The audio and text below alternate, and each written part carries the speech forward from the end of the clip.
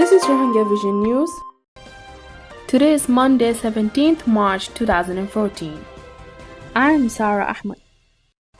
Rohingyas in apartheid Burma, New Age, the outspoken daily.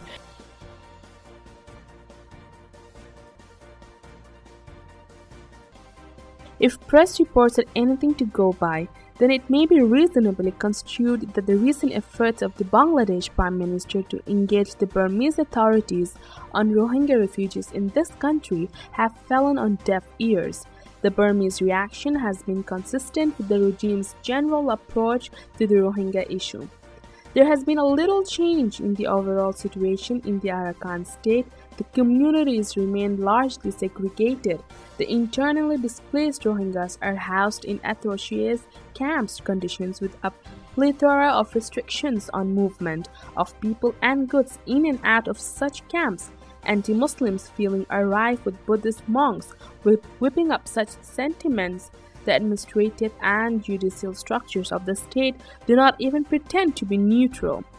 The members of law enforcement agencies continue to hunt and target Muslim terrorists. Forcible relocation of the Rohingyas continue unabated. The leading voices of oppositions are yet to take on board the demand for the restoration of citizenship rights of the Rohingyas and the like. Eyewitness accounts provide a gloomy picture of the situation prevailing in Sittwe. The Muslim quarter of Ong Minglar has now become a virtual ghost town. Total restrictions have been imposed on the freedom of movements of a few thousand of its residents who are still hanging on their ancestral homes.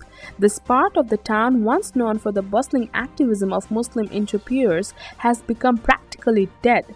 The lively markets have been replaced by rickety tabletop sale of noodle packets and stale vegetables. Only one primary school is in operation. The Muslim identity of the residents of this quarter acts as a legal bar on them to do grocery shopping in a municipal market located just at a stone's throw. Lack of food and nutrition is taking toll on the population, particularly the children and the elderly. Since early 2013, the population of Ong Minglar has experienced almost total incarceration. As conditions deteriorated with successive waves of violence meted out against the Muslims, the overwhelming bulk of the residents had little option but to move to the state-sponsored camps just outside Sittwe. Stark contrast is obvious between the camps that are set up for the Buddhist victims of violence and the camps that house about 130,000 Muslims. While the Buddhist camps are provided with the basic utility services and inmates are catered with regular supplies of food and daily necessities, those in the Muslim camps are living in subhuman conditions. The option of moving out of the camp is not open for the Muslims. Government regulations bar them to undertake such a venture. Many families continue to remain split since the days of the violence in 2012. There is a dearth of information on the situation prevailing in Muslim-majority Mongdo and Butudong districts. Sporadic reports of the independent observers and the international human rights organizations suggest that very little change has occurred for the Rohingyas. The recent measure to expel the Nobel Prize-winning Doctors Without Frontiers (MSF) from the Arakan state has only exposed the sensitivity of the Burmese state of presence of the outsiders in the Arakan state. The government accusations that the MSF appointed more foreign staff than authorized and was biased towards the Muslims in the delivery of the services were not convincing. Observers believe that the organization's confirmation of a treating of a certain number of the injured in Dushirotan village during the January 13 massacre in the region triggered the retaliatory government action. Earlier, the authorities denied the occurrence of any such massacre. The forcible relocation of the Muslims from their own homes and districts is being accompanied by active encouragement to Buddhists to migrate to the elsewhere Muslim living quarters. Reports are also rife that the Burmese government is inducing the Rakhine Buddhists of the Bangladeshi side to move and settle on the Burmese side.